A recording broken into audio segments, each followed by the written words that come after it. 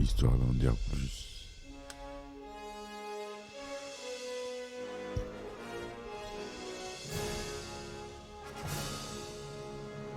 Eh ben attendez, on est en France. Allez, cul sec.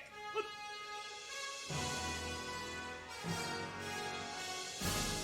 Personne ne veut le croire et pourtant c'est vrai. Ils existent, ils sont là, Tarnatata.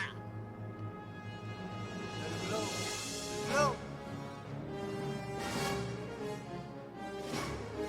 Il faut qu'on pète.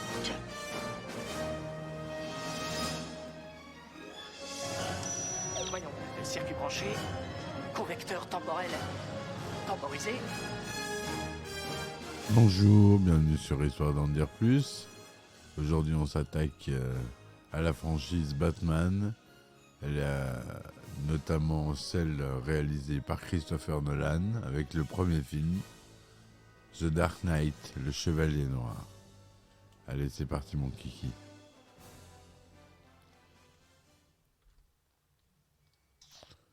Alors The Dark Knight, le Chevalier Noir ou The Dark Knight ou simplement Le Chevalier Noir dans la francophonie est un film américano-britannique réalisé par Christopher Nolan, sorti en 2008. Fondé sur le personnage de fiction DC Comics Batman, il fait partie de ce qui sera appelé la trilogie The Dark Knight et la suite de Batman Begins, sorti en 2005. Ce film décrit la confrontation entre Batman, interprété pour la seconde fois par Christian Bale, et son ennemi juré, le Joker, joué par Heath Ledger, mort le 22 janvier 2008, avant la sortie du film. Leur rencontre avait été suggérée à la fin de Batman Begins. The Dark Knight est le plus gros succès de l'année 2008 et a rencontré un gros succès au box-office mondial et américain. Le 20 février 2009, Warner Bros. Annonce que le film a franchi la barre d'1 milliard de dollars de recettes, devenant le 4e film de l'histoire et réalisé ce chiffre record d'exploitation. Par ailleurs, le film reçoit 8 nominations aux Oscars et remporte 2 récompenses, l'Oscar du meilleur acteur dans un second rôle à titre posthume pour Heath Ledger et l'Oscar du meilleur montage de son pour Richard King. Alors à la musique, on retrouve Hans Zimmer et James Newton Howard. Au scénario, Christopher Nolan et Jonathan Nolan, son frère. À la réalisation, c'est Christopher Nolan. Société de production DC Comics, Syncope Film, Warner Bros. Et Legendary Entertainment. Le film dure 152 minutes. C'est pas rien. Je fais exprès de commencer par celui-là parce que pour moi c'est celui qui assoira la franchise de Nolan vraiment inscrit dans le lore Batman. Donc le résumé détaillé. Dans la ville de Gotham City, une bande de cambrioleurs déguisés en clowns dévalise une banque servant à la mafia pour blanchir son argent sale. Chacun des cambrioleurs doit se débarrasser d'un de ses complices jusqu'à qu'il n'en reste plus qu'un, le commanditaire du casse. Un psychopathe fou et particulièrement dangereux, le Joker. Cette nuit-là, 3 hommes déguisés en Batman interrompent un rendez-vous entre Jonathan Crane, alias l'épouvantail, et des gangsters. Le vrai Batman fait alors son apparition et appréhende tous les criminels ainsi que les imposteurs. Cependant, il souffre des morsures des chiens d'un des malfaiteurs, ce qui l'amène à revoir la conception de son costume. Batman et le lieutenant Jim Gordon réfléchissent aux moyens d'éradiquer la mafia omniprésente dans la ville. Un nouveau procureur, nommé Harvey Dent, rejoint leur cause. Celui-ci pourrait devenir le héros public que Batman ne peut être. Bruce Wayne rencontre le procureur Dent au restaurant et apprend qu'il est le fiancé de son amie Rachel Dawes. Convaincu de ses bonnes intentions, Wayne décide d'organiser une collecte de fonds pour sa campagne à l'élection de procureur général. Durant le repas, Harvey dicte une phrase clé du film : soit on meurt en héros, soit on vit assez longtemps pour se voir endosser la peau du méchant. Lors d'une réunion entre dirigeants de la mafia, un comptable chinois corrompu, Lau, les informe que les banques dans lesquelles ils stockaient leur argent ont été identifiées par la police de Gotham grâce à des billets marqués et qu'après le hold-up par le Joker de l'un de leurs dépôts, la police risque de pister leur argent et de le saisir.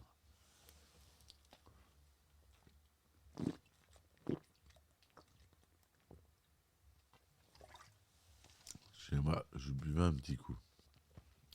Ils se proposent de cacher leurs fonds dans un endroit sûr, qu'il sera le seul à connaître, et annoncent qu'il rentre à Hong Kong où les autorités de Gotham ne pourront pas l'inquiéter. Le Joker arrive de façon inattendue et fait part aux malfrats de son opinion concernant l'eau, affirmant que c'est un mouchard qui pourrait les mettre dans une situation gênante s'il se fait attraper par Batman. Il leur propose alors de tuer ces derniers pour la moitié de leur argent. C'est en accord avec Dent et Gordon, Batman, qui contrairement à Dent n'est limité par aucune juridiction, s'envole pour Hong Kong et enlève Lowe pour le ramener et le remettre à la police de Gotham. Celui-ci refuse de dire où est l'argent, mais donne à la police des informations pour arrêter tous les mafieux. Gordon met notamment la main sur Salvatore Maroni, leur chef et tous ses sbires, ainsi que la moitié de la mafia de Gotham qui se retrouve derrière les barreaux. Le Joker réapparaît alors et annonce à la ville que si Batman ne se rend pas lui-même à la police et ne révèle pas publiquement son identité, des innocents mourront chaque jour. Le commissaire Gilliam B. Loeb et la juge présidant le procès contre la mafia sont ainsi assassinés alors que le Joker fait irruption avec ses hommes à la recherche de Harvey Dent lors de la soirée de collecte de fonds organisée par Bruce Wayne pour le procureur de la ville. Bruce Wayne, sous le costume de Batman, affronte le Joker qui finit par menacer Rachel Dawes et lui demande d'ôter son masque. Ce dernier ayant refusé, le Joker jette Rachel Dawes par une des fenêtres, mais elle est sauvée par Batman. Le maire de la ville lui-même manque de se faire tuer lors de l'hommage public au commissaire Loeb, mais Jim Gordon intervient pour être touché par un projectile qui le laisse apparemment sans vie. Pendant ce temps, Batman mène son enquête et interroge Maroni, qui lui conseille de révéler son identité pour faire cesser le carnage. Harvey Dent, quant à lui, parvient à isoler un complice du Joker et le menace pour obtenir de lui le lieu où le Joker se cache. Batman intervient pour le convaincre que sa tentative est mal avisée. Dent doit rester un symbole de probité pour la ville de Gotham. Là de voir des innocents périr pour rien, Bruce décide de révéler son identité. Mais avant qu'il ne puisse le faire, Dent annonce qu'il est lui-même Batman et est arrêté dans le cadre d'un plan visant à attirer le Joker dans un piège. Ce dernier organise une embuscade pour le convoi de police transportant Dent et tente d'abattre ce dernier pendant le transport, avec l'aide de ses hommes répartis dans 2 camions. Batman intervient avec la Batmobile alors que le Joker tente de faire exploser le fourgon où se trouve Dent à l'aide d'un lance-roquette. Mais Batman intercepte son tir en sacrifiant la Batmobile qui s'autodétruit après avoir laissé échapper ses restes, le Batpod. Batman parvient à renverser le camion du Joker qui en réchappe, puis ce dernier se place sur le chemin du justicier et de son Batpod en lui criant de l'écraser. Batman effectue un dérapage pour le contourner et tombe. En se frappant la tête contre le camion retourné, Batman gît assommé quand le Joker arrive un couteau à la main, mais Gordon, qui avait simulé sa mort, intervient et l'arrête, sauvant Batman. En reconnaissance de ses actions héroïques, Gordon est nommé commissaire de la police de Gotham. Plus tard dans la nuit, Harvey Dent disparaît. Batman interroge le Joker au poste de police. Ce dernier lui révèle que Rachel Dawes et Dent ont été capturés par des policiers corrompus et sont retenus prisonniers dans 2 entrepôts distincts, chacun contenant des explosifs prêts à exploser en même temps. Ces bâtiments sont situés à 2 endroits opposés de la ville, assez éloignés l'un de l'autre, pour que Batman ne puisse pas sauver les 2. Batman se charge donc de sauver Rachel, tandis que Gordon et la police s'occuperont de Dent. Grâce à une bombe dissimulée au poste de police, le Joker s'échappe avec Law. Ayant été trompé par le Joker, qui lui a donné les deux adresses inversées, Batman arrive à l'entrepôt où Dent est emprisonné. Il le sauve à temps, mais celui-ci, qui était tombé attaché à sa chaise, a la moitié du visage enduite de pétrole qui s'enflamme avec l'explosion et le brûle du côté gauche de son visage. Gordon et son équipe arrivent quant à eux trop tard pour sauver Rachel Dawes qui périt dans l'explosion. À son réveil à l'hôpital, Dent sombre dans la folie après la perte de sa fiancée. Quant à Wayne, il se sent responsable de la mort de Rachel.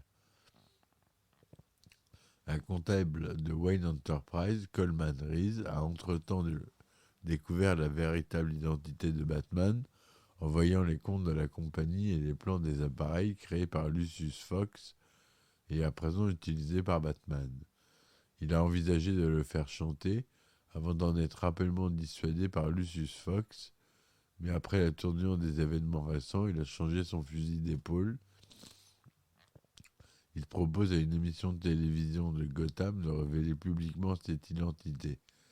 Il n'a toutefois pas le temps de le faire, car après avoir brûlé la moitié de l'argent de la mafia qui lui était destiné avec Law attaché sur le tas de billets, le Joker interrompt l'interview en téléphonant en direct au présentateur. Il annonce alors qu'il fera exploser un hôpital si Coleman Reese n'est pas mort dans les 60 minutes.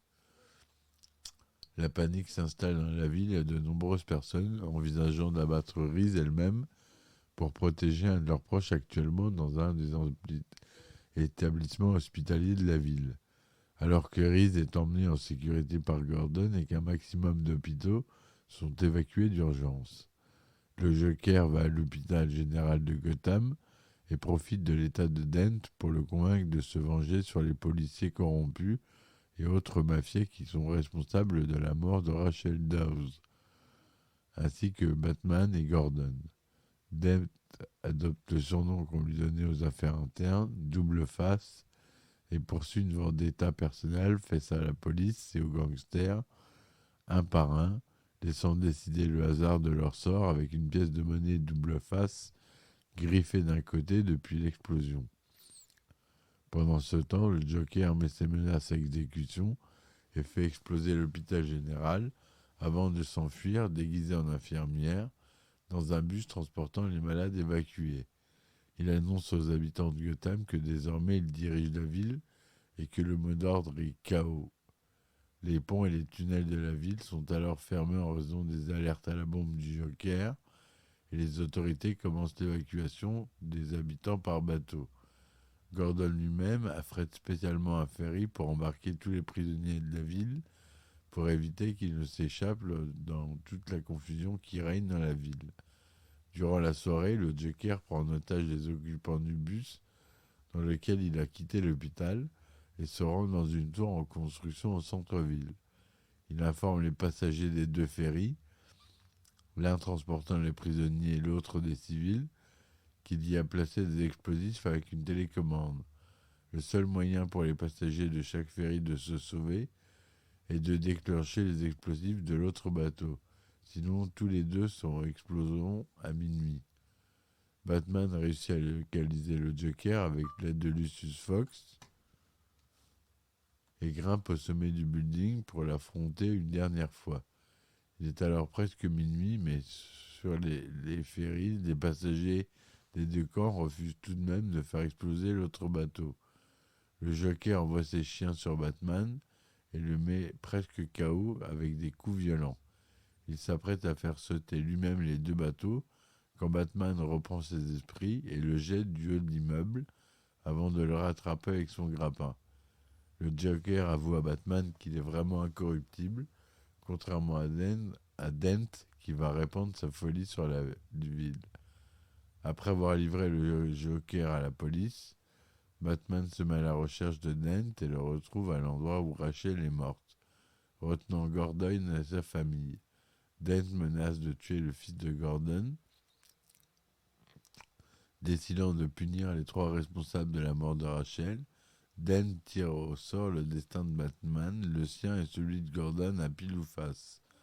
Dent tire sur Batman dans l'abdomen, protégé par du Kevlar, et s'épargne lui-même, car la pièce est tombée du côté face. Voulant punir Gordon en supprimant la personne qu'il aime le plus, Harvey tire au sort ce qu'il fera de Jim Gordon Jr.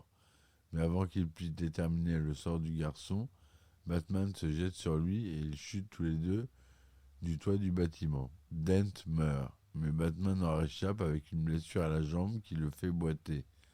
Le Joker a gagné en détruisant tout ce que Harvey avait fait pour la ville. Batman et Gordon réalisent que si les habitants de Gotham apprennent que leur nouveau défenseur, Harvey Dent, a franchi la limite qui sépare les biens du mal, ils perdront tout espoir et la ville sombrerait dans le chaos. Batman persuade Gordon de préserver l'image de Dent en s'accusant des 5 meurtres qu'il a commis. Soit on meurt en héros, soit on vit assez longtemps pour se voir endosser la peau du méchant. Gordon détruit le Bat-Signal et une chasse aux justiciers s'ensuit. Voilà pour le résumé du film. Sacré scénario. C'est Christopher Nolan et Jonathan Nolan, d'après une histoire originale de Christopher Nolan et David S. Goyer, d'après les personnages créés par Bob Kane.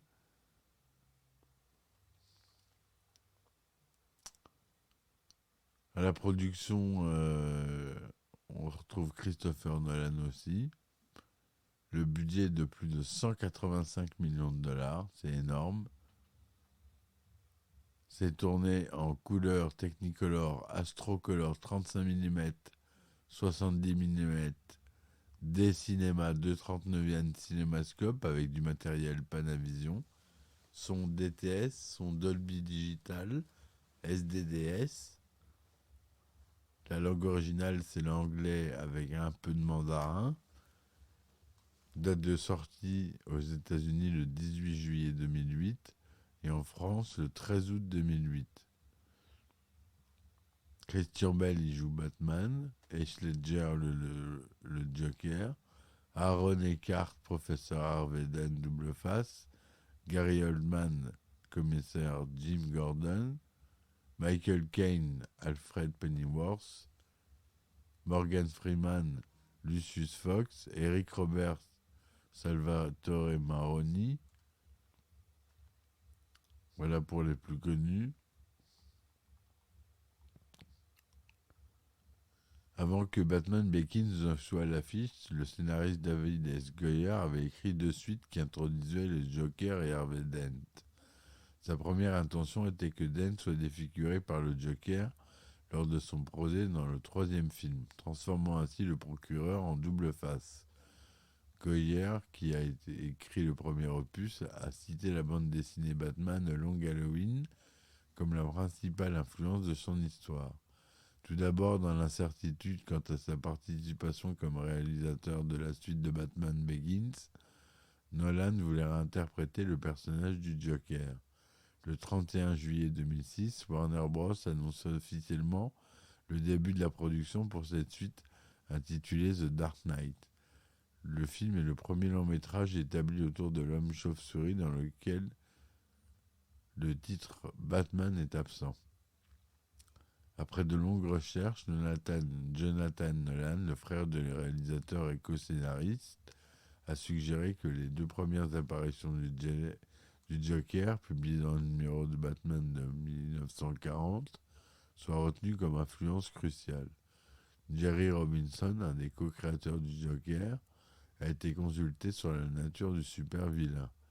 Au lieu de se concentrer sur ses origines et son basculement dans la folie, Christopher Nolan a déclaré à une TV News préférer représenter l'ascension au pouvoir du Joker afin de ne pas minimiser la menace qu'il représente.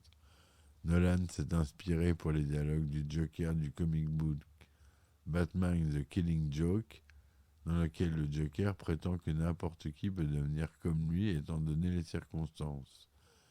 À l'instar des bandes dessinées, Nolan a voulu transmettre l'idée qu'un défenseur du crime comme Batman attire effectivement le crime à Gotham City et donc la folie. Cette idée, reprise dans le film, remet donc en cause légitimité du Chevalier Noir. Pardon, on va y arriver. Nolan a voulu donner une vraie dimension à la ville de Gotham City, une ville ayant sa personnalité propre. Dans cette optique, il a admis avoir été influencé par le film Heat. Selon Nolan, The Dark Knight prolonge et développe des événements qui se déroulent dans Batman Begins, mettant en avant que les choses doivent empirer avant de s'améliorer. Alors que le thème de la justice par opposition à la vengeance est toujours présent, Christopher Nolan a souligné que Bruce Wayne devient un meilleur détective dans ce second opus, une notion qui n'était pas assez développée auparavant.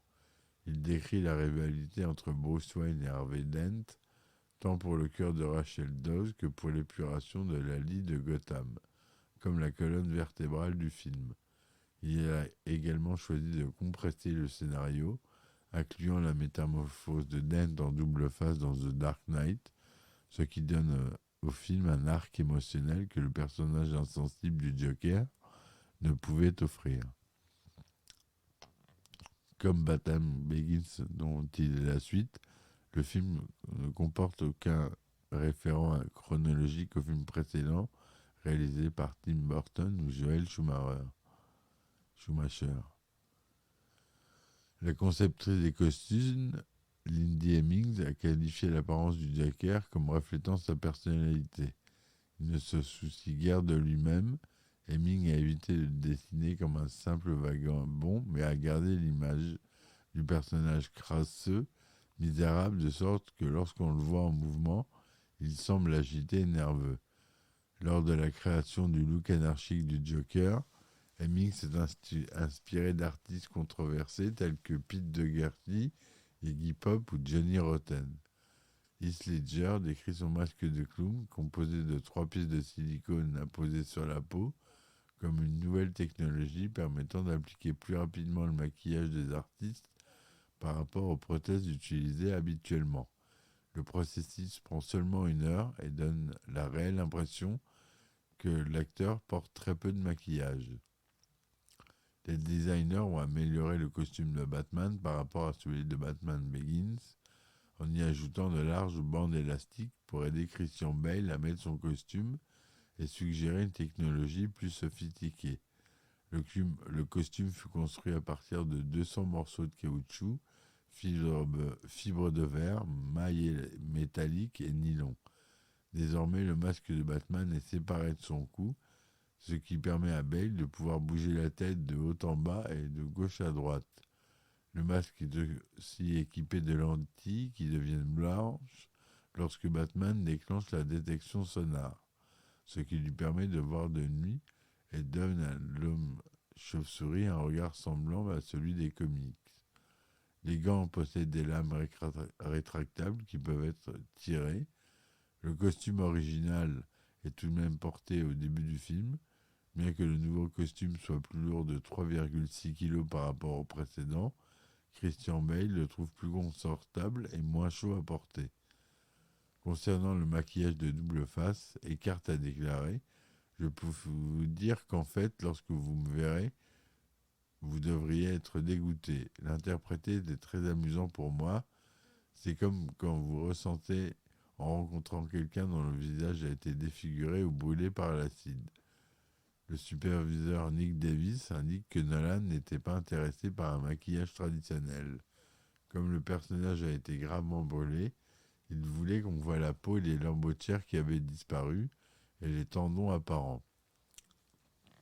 Le globe oculaire à nu. Seule la technologie numérique permettait d'enlever des parties du visage. Davis ajoute que durant le tournage des scènes, Eckhart portait 2 types de marqueurs sur le visage, des traditionnels et des réfléchissants pour les scènes sombres, afin que chacun de ses mouvements faciaux soit bien visualisé et traqué. Eckhart portait aussi un maquillage partiel destiné à montrer où la prothèse numérique devait se terminer. Ce maquillage a été par la suite effacé de l'image, ce qui était bien plus simple que de tout faire en 3D à fond, affirme Davis. Le film met en scène un nouveau véhicule, le Batpod. Nathan Crowley en a conçu 6 pour les besoins du film. Après la construction, 6 mois furent nécessaires pour tester la sécurité de la moto. Le Batpod ne se conduit pas avec les mains mais avec les épaules, le conducteur étant pratiquement couché sur la moto. De ce fait, les bras sont protégés par des boucliers. La moto mesure 5,8 mètres de long et possède de nombreux gadgets tels que des lance-missiles. Les moteurs se situent dans le moyeu des roues. Le masque que porte le Joker au début du film ressemble beaucoup à celui que portait César Romero lorsqu'il interprétait le personnage dans la série de 66, dans le 5e épisode de la première saison, Poker pour un Joker. Lorsque l'inspecteur Gordon est promu commissaire, tout le monde l'applaudit, même le Joker. Le scénario n'implique pas pourtant ce moment. Heath Ledger a improvisé et cette improvisation a été conservée au montage. Lors de l'interrogatoire musclé du Joker, Heath Ledger a ordonné à Christian Bale de cogner vraiment sa tête sur sa table lors du premier coup. Durant le mois d'octobre 2006, Robin Hicks, qui s'occupe du repérage des lieux de tournage, visite Liverpool. D'autres endroits sont repérés, tels que le Yorkshire, Glasgow et une partie de Londres. En août 2006, le producteur Charles Roven déclare que le début du tournage est prévu pour mars 2007. Lors d'un interview du mois de mai sur USA Today, Christopher Nolan annonce qu'une partie de The Dark Knight sera tournée avec des caméras IMAX. Il explique qu'il n'y a rien de comparable avec la vision d'un film dans ce format et que le téléspectateur s'immerge plus facilement. 4 scènes importantes seront tournées dans ce format, dont celle de l'apparition du Joker, interprété par Heath Ledger. Ce sera ainsi le premier film à être tourné en partie en IMAX. Warner Bros. Choisit Chicago comme lieu principal de tournage, où quelques scènes ont déjà été tournées pour Batman Begins. Le nom de code du film est Rory First Kiss, mais les journalistes locaux ne tardent pas à découvrir le vrai titre du film, The Dark Knight. Le tournage débute finalement mi-avril à Chicago pour des scènes d'intérieur et d'extérieur, incluant une scène d'hélicoptère. En mai 2007, le tournage continue au Royaume-Uni, à Londres précisément. Début juin 2007, l'équipe de tournage retourne à Chicago pour une durée de 13 semaines, jusqu'à la fin du mois de septembre. Juste avant le tournage, Heath Ledger s'enferme quelques jours dans une chambre de motel pour se mettre dans la peau de son personnage. La production du film génère 45 millions de dollars à l'économie de la ville de Chicago, ainsi que des milliers d'emplois. L'acteur Michael Caine révèle que des scènes du film sont aussi tournées à Los Angeles, Baltimore et Hong Kong pour ses hauteurs vertigineuses. Le tournage du film est endeuillé en septembre 2007 par le décès d'un technicien, Conway Wycliffe, lors d'une répétition à bord de la Batmobile.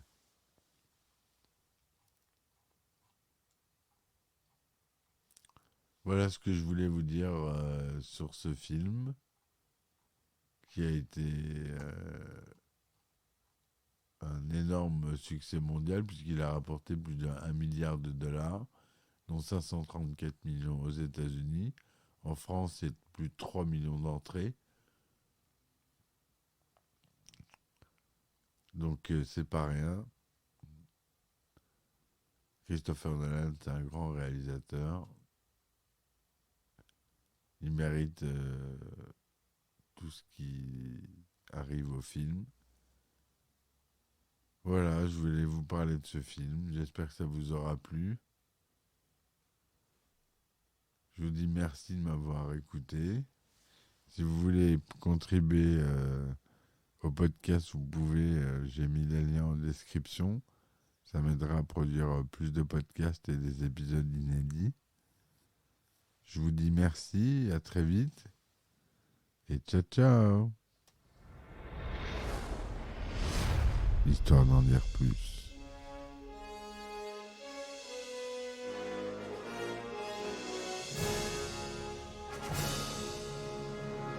ben attendez, on est en France. Allez, cul sec. Hop.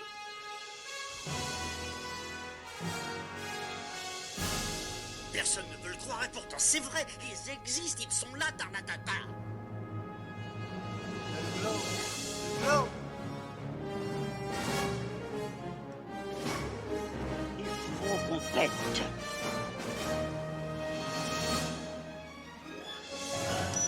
Voyons, circuit branché, convecteur temporel temporisé,